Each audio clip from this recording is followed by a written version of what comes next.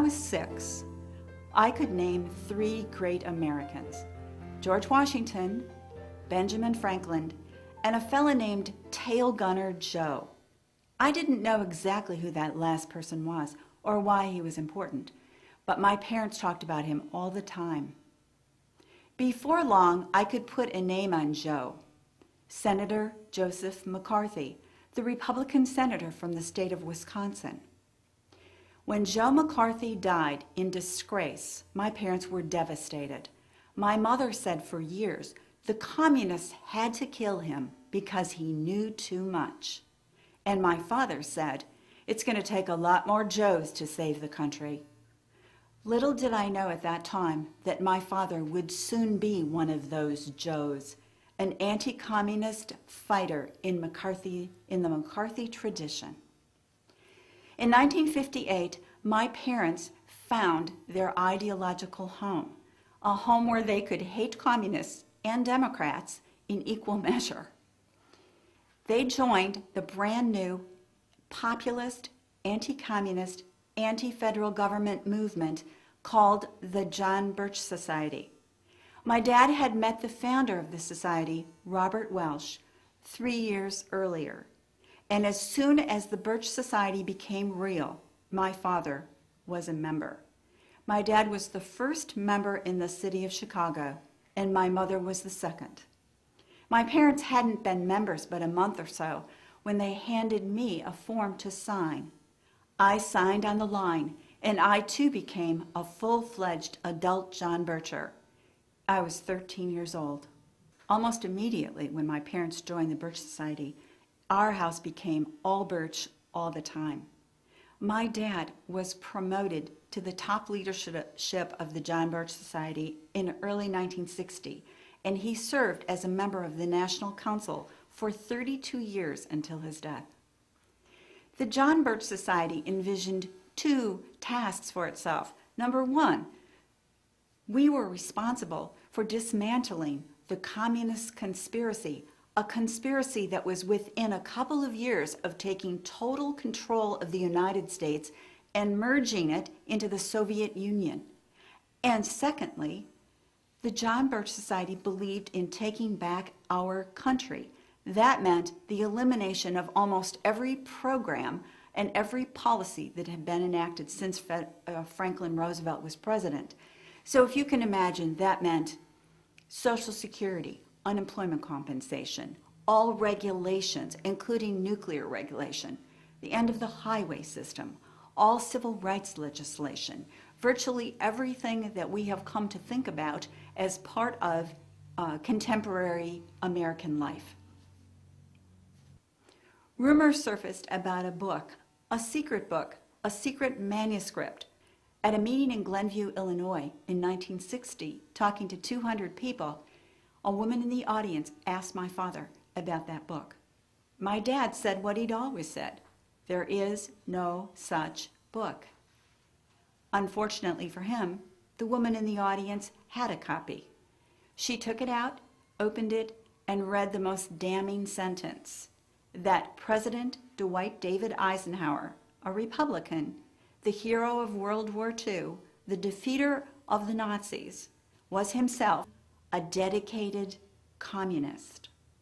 In the audience that night, there was a columnist, a man named Jack Mabley, who worked for the Chicago Daily News. The next day, Jack published the first of 2 articles about the John Birch Society that chronicled the debacle in Glenview.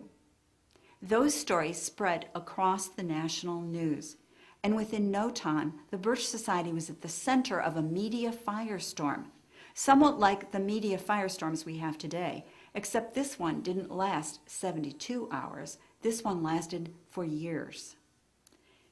In an effort to contain the fallout from this scandal regarding President Eisenhower, my father agreed to do a number of interviews with the press, both in Chicago and nationally. One of the things he agreed to was an interview with Life magazine. Life magazine was a very popular magazine of the time. It was in everybody's doctor's office, the dentist, all over. Everyone looked at the pictures in Life magazine. Here's the Life magazine shot, the photo shot. Here's the side that I'm on. You can see me standing right here. Here I am. I was the youngest person in this picture. I was 14 years old. People have asked me if I was the youngest Bircher in the country, and I don't know the answer to that, but I certainly was one of the youngest. On this side, this is the other half of the picture. This, again, this is in my parents' house, in the house that I lived in Chicago. And here you can see, this is my mother, right here. And here's my dad, right here. And this is my older brother, right here. And it's an interesting story about this. My mother always complained that they took so many shots of this picture, which is true. They moved us all over and took the shot over and over. And she always complained that they waited to get the worst shot of my father because, look, he looked so tired that his hand for pledging allegiance was down by his belt.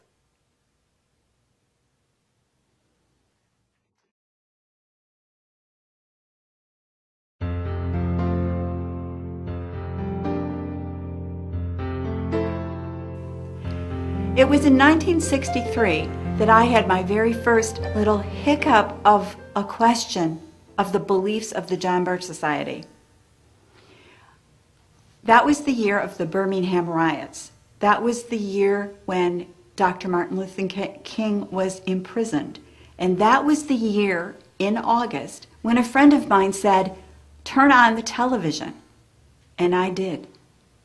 And I heard Dr. Martin Luther King give his High of a Dream speech. And at that moment, a little light went off, and I realized that that white, right-wing girl might not remain a right-wing girl. On the issue of civil rights, I had the first big break with my parents, and my mother looked at me and said, "You are a disgrace to this family. You are turning into a left-winger." For over 20 years, I struggled to distance myself from some of my parents' views. I vacillated between trying to be a good right-wing girl and get along, to actually declaring my independence and saying, I don't agree with those things.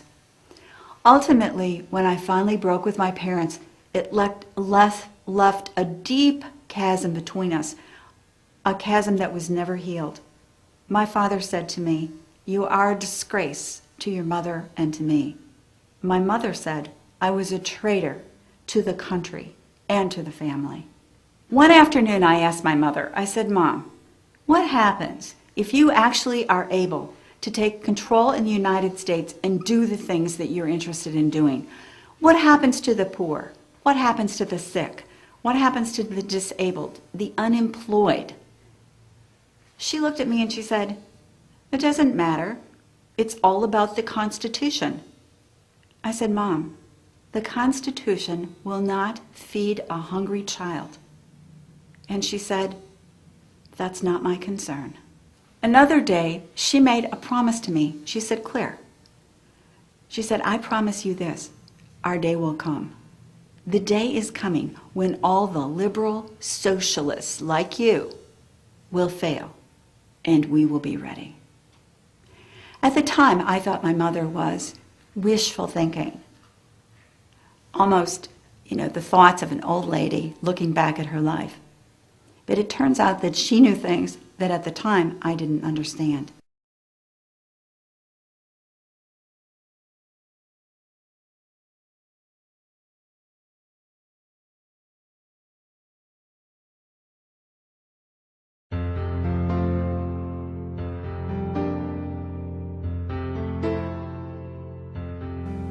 You see, the John Birch Society had done something very smart.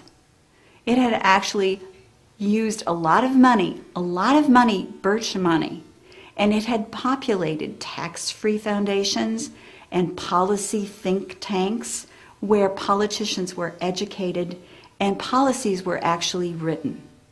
Now, my parents tried to do that. They actually founded a foundation, but they never had a lot of money. A great deal of the money that we now talk about in the United States, came from another Birch family, the Koch family. And you probably recognize that name because the sons of Fred Koch one of the original John Birch Society founders, a man who served on the board with my dad for years. That man left two sons, David and Charles. David and Charles are two of the wealthiest men in the United States, controlling, I guess by last estimates, almost $80 billion of personal wealth. Those fellows took money and they founded organizations that are selling the things that they believe in. Some of those organizations you're probably familiar with. Organizations like the Heritage Foundation, the Cato Institute, Americans for Prosperity, and the Tea Party. Since the Supreme Court of the United States opened the floodgates to unlimited amounts of corporate spending in politics, the Koch brothers have given millions of dollars and raised millions of dollars more to support the legislation that they believe in. And that legislation sounds identical to what my parents supported in the John Birch Society way back in the 1960s. Once again, we're talking about the elimination of the social safety net. We're talking about eliminating unemployment compensation, severely limiting or getting rid of Medicare, killing or privatizing Social Security, reducing unemployment benefits, taking away federal grants in education, cutting literally every social safety net program on which Americans rely. Things like food stamps will be eliminated. Once again, the right wing gladly waits for the moment that the federal government is 60% smaller than it is today, and federal income tax is reduced to nothing.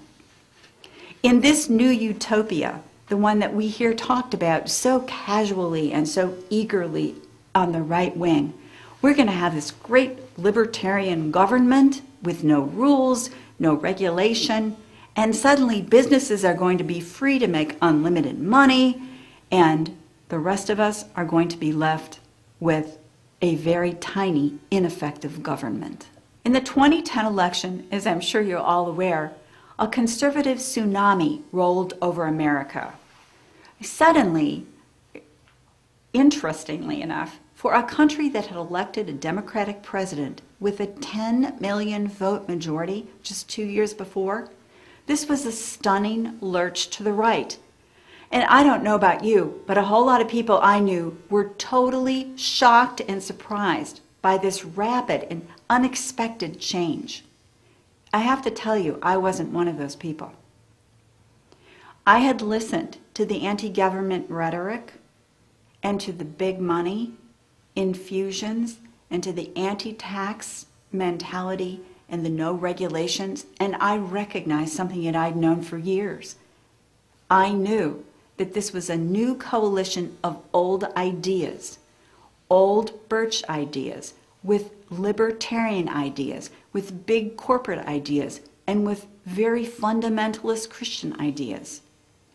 And I realized that what those people are looking for is not a country that I believe in. So I've decided that I have to tell my story